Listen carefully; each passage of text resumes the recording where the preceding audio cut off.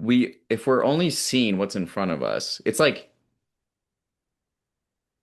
imagination is visualizing something that doesn't exist per se in a physical reality at the moment. The analogy I often think to myself, because I'll encounter a lot of people like this. Not a lot, there's a certain personality type, especially. But if someone is standing in front of a tree like this, right? They say, "This is bark. This is bark." And you say, "You're right. You're right. This is bark." But then they don't see that it's a tree, you know? So this is bark. Yes, you're right. But you're not seeing that this is a tree. And because you're looking at this so close and saying, "I'm right. This is what it is," and you can be right, you're not zooming out, you're not seeing a bigger picture, you're not seeing this as a tree. You're not seeing, oh, actually, there's a few other trees around you. Oh, actually, you're in a forest. Oh, you zoom out. Oh, it's a forest surrounded by prairies, and it's a bigger world. So things can be both right, but also missing in information as well. So with imagination, it's the ability to see things as they are, acknowledge them, but also like zoom out and ideate and make connections of what also could be. Like if we were choosing not to be ignorant, we could see other things.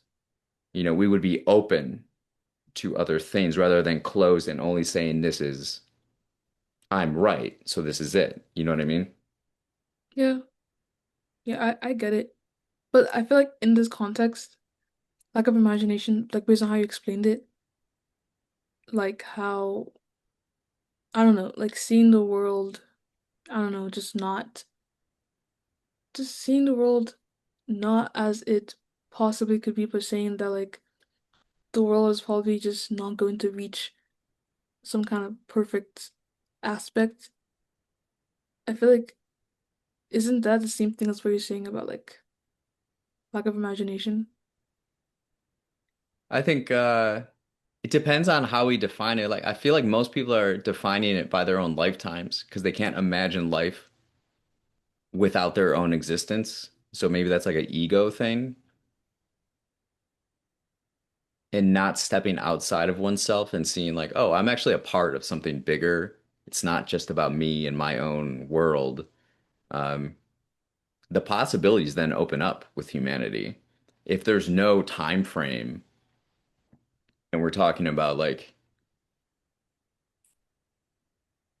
progress and the human story, then it's almost endless. But You you know what said I there's no mean? time frame, but I remember you did this one book that you told me about that like there's some kind of four different cycles or something about like generations. You sent me the book, Yeah. something about like millennials were this, dreamers or whatever, fixed. I don't even I forgot. But in that case, like and also just just historicizing things, I feel like there are patterns that emerge. And so the possibilities aren't endless because like the world has gone through patterns and they'll continue to go through The patterns. patterns are like restrictions or boundaries, you mean? I think they are in some way. Like it's not gonna be like, for example, like the possibilities being endless. It kind of implies that it's gonna be a possibility where, like, let's say, the four cycles or whatever doesn't happen. That's a possible thing. But I feel like humanity is restricted in some kind of pattern type Yeah. way, and I feel like it'd be good to like see the world the way that it could be, but also see it as how it has been. It's important to consider like history in the Right. past when you're thinking about the future. And the past has been like honestly just I don't know. It seems like the world is getting worse.